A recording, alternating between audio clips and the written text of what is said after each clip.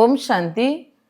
आजिर अव्यक्त बापदादा मुरली पुनरावृत्ति 18:3-8।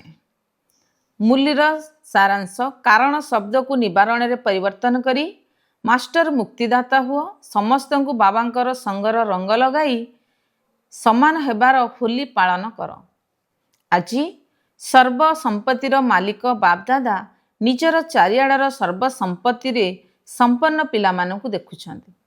प्रत्येक संतानर भंडार रे केते संपत्ति जमा अछि ताकू देखि हर्षित होउछन्ति।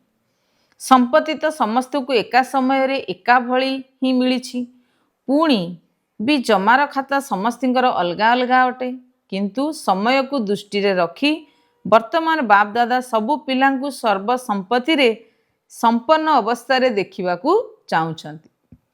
काहेकि ना एई संपत्ति गुड़िक केवल वर्तमान रो गोटे जन्म पाई नुहे, यह अविनाशी संपत्ति अटे जहाँकि अनेक जन्म पर्यंत साथी रे रहिबो। तेबे यही समय संपत्ति को तो तुम्हें समस्ते निश्चिंत जानिच। बाप दादा तुमको केउ केउ संपत्ति सबु देइछन्ति, एक कथा कहिबा मात्र के समस्तंक सम्मुख को संपत्ति गुड़िक आसी जाइछि। एबे समस्तंक मन भितरे संपत्तिर तालिका प्रकट होई गलानी ना। काहेकि ना बाप दादा पूर्वरु मध्य सुनाई देइछन्ति जे संपत्ति तो मिलुछि किंतु ताकू जमा करिवार विधि कौन।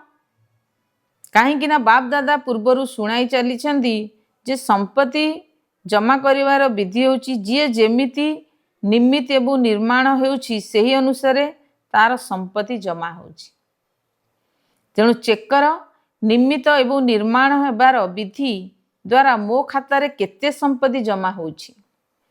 जहाँ खाता रे जेतिके संपत्ति जमा होइथिबो से सेतिके भरपूर होइथिबे।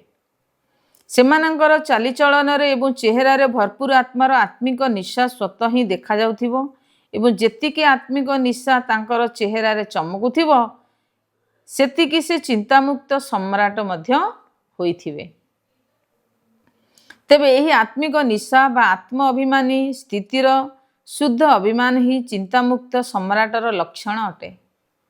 तेणु निजे निजको चेक कर जे मोर चेहरा रे चिंतामुक्त सम्राटर निश्चय एवं निशा अच्छी तो। आजिर वरदान सर्वशक्तिवान सत्ता अर्थात अधिकारी पणिया आधार रे आत्मा मानंकु मालामाल करुथिबा पुण्य आत्मा भव। विस्तार जेपरी दान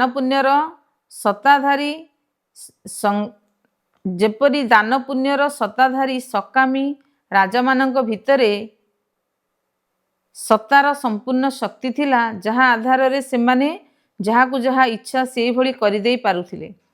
सेहीपरि तुमे महादानी पुण्य आत्मा मानंकु सीधा सड़क बाबांग द्वारा प्रकृति जीत मायाजीत हेबार विशेष सत्ता मिलिछि।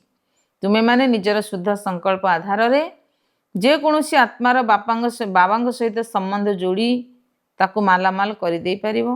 केवल यही सत्ता को यथार्थ रूप से व्यवहार कर। स्लोगान जेतेबेले तुमे माने निजर संपूर्णतार अभिनंदन उत्सव पालन करिवो सेतेबेले समय एवं माया उभय विदाय नहीं जिवे। अव्यक्त इशारा एबे संपन्न बा कर्मातीत हेबार तीव्र इच्छा प्रकट कर। जेतेबेले तुमर मन बुद्धि कर्म रे बहुत व्यस्त रहिजबो तेबे समय रे सेही समय रे मन को फुल स्टॉपर बिंदु लगाइबा पई निर्देश दियो। तुमर संकल्प मध्य स्टॉप हो जाऊ। यही अभ्यास को गोटे सेकेंड पई हेउ पछके किंतु निश्चिंत कर। काहेकि ना अंतिम सर्टिफिकेट गोटे सेकेंड रे फुल स्टॉप लगाइबा उपरे ही प्राप्त हबो। तेणु गोटे सेकेंड भितर विस्तार को एकत्रित करी सार रूप रे होई जाओ, सार स्वरूप हो जाओ। यही अभ्यास ही तुमको कर्मातीत करदब। ओम शांति।